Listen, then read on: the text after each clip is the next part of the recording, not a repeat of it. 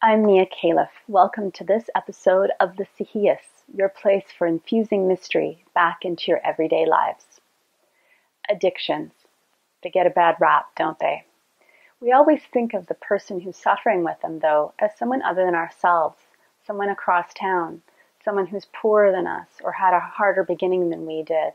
We don't think of addictions as present in our own lives. We usually think of an addiction as something like cocaine, heroin, alcohol, or other types of drugs. But we all know and have heard of there's addictions to work, addictions to sex, addictions to busyness, to media, to all sorts of things. So why is it that we want to overlook addictions in our society? Could it be because there's something even more painful than the addiction itself? You see, addictions are actually based in ungrieved places in ourselves. There are times in all of our lives where we've been deeply disappointed, and whether that's as children or even earlier at birth or in the womb, we develop all sorts of coping strategies so we don't actually have to encounter the pain of the disappointment or perceived betrayal or actual betrayal that we went through at one of those times. Once we experience those difficulties in our earliest lives, our body does this loving thing for us. It takes it away from our awareness, away from our consciousness, and buries it deep in our bodies, out of sight, away from our attention, so that we don't have to suffer so greatly. And what ends up happening instead is these coping strategies or these ways of avoiding feeling turn into addictions. We are compelled to make sure that we do not encounter the grief that sits below the addiction. So this week, I'm inviting you to catch yourself in the act. You probably know what your addiction is. It could be that you avoid intimacy by using social media or television.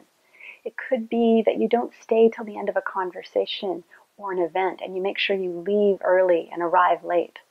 It could be that you don't initiate friendships or phone people back. There are all sorts of habits we do so that we don't have to feel what has really hurt us deep down underneath. Maybe we're afraid we'll be revealed for who we truly are.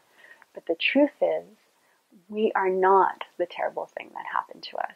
Yet we fear we are, so we avoid it like crazy because our identity has gotten wrapped up in it. And that's just the sad error of having been young and in an uncomfortable situation. At the end of the day, what love wants is for us to face everything.